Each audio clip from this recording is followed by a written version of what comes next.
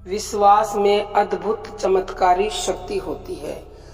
अब कबीरदास का आपने एक दोहा सुना होगा कि मोको कहाँ ढूंढे रे बंदे, ना मंदिर में ना मस्जिद में ना चर्च और गुरुद्वारे में, मोको कहाँ ढूंढे रे बंदे, मैं तो हूँ विश्वास में।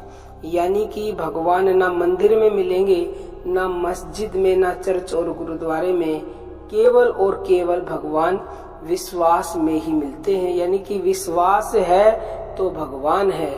अब आप मूर्ति पूजा करते हो, अगर आप मानो तो वो मूर्त, उस मूर्त में भगवान है, नहीं तो वो मूर्त पत्थर की मूर्त है। और जब आपका विश्वास पूर्ण हो जाता है तो पत्थर की मूर्त भी बोलने लगती है। ये बिल्कुल पक्का है।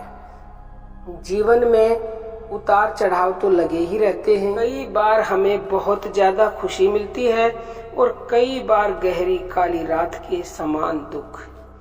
और जब दुख आता है तो नकारात्मक सोच हावी हो जाती है। तब हमने अपने आप पर और न दूसरे लोगों पर और न ही भगवान की शक्ति पर विश्वास रखते हैं। डर, चिंता, क्रोध और निराशा हमें पूरी तरह से घेर लेते हैं। ऐसे में हमारे पास दो ही रास्ते बचते हैं।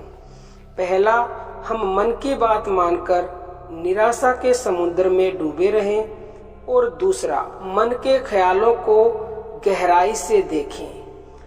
दुख से लड़ना है तो दूसरा रास्ता ही अपनाना होगा।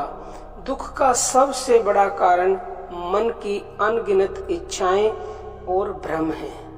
मन सिर्फ खुशियां चाहता है, ऐसा जीवन चाहता है जहां दुख न हो। छोटे बच्चे के समान ख्वाहिश करता है कि पूरी दुनिया उसी की मर्जी के अनुसार चले।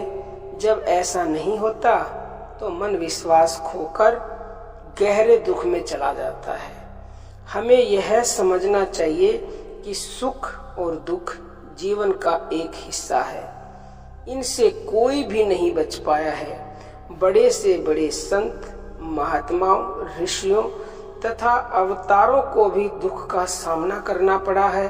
तो हम जैसे साधारण इंसान इससे कैसे बच सकते हैं? लोग पूछते हैं कि हम विश्वास को मजबूत कैसे करें? जितना ज्यादा विश्वास होगा उतनी ही शक्ति हमारे पास होगी, संकट का सामना कर सकेंगे। विश्वास 3 तरह से आप बढ़ा सकते हैं। सबसे पहले विश्वास रखें कि हमने जीवन में विपरीत परिस्थितियों का सामना किया है और इसलिए हम आने वाले हर दुख से उबर सकते हैं। दूसरा, हमें ऐसे सारे मौके याद रखने चाहिए जब हम बिल्कुल लाचार महसूस कर रहे थे और हमें कहीं से मदद मिल गई। इन्हें ध्यान में रखकर यह विश्वास बनाना चाहिए कि ईश्वर हमेशा हमारे साथ हैं और वह अवश्य ही सहायता करेंगे। अगर यह विश्वास पक्का हो जाए तो मदद जरूर मिलेगी। तीसरा, सदा ईश्वर को याद रखकर खुद का आत्मसमर्पण कर देना चाहिए।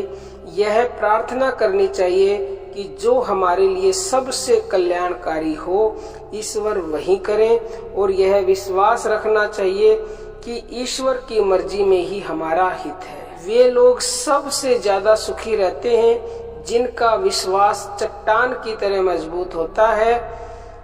इस बात को सदा स्मरण करते हुए हम सबको अंतरात्मा में ऐसा विश्वास जगाना चाहिए जो कि चट्टान के समान दृढ़ हो, बिल्कुल पक्का हो, जो कभी ना टूटे।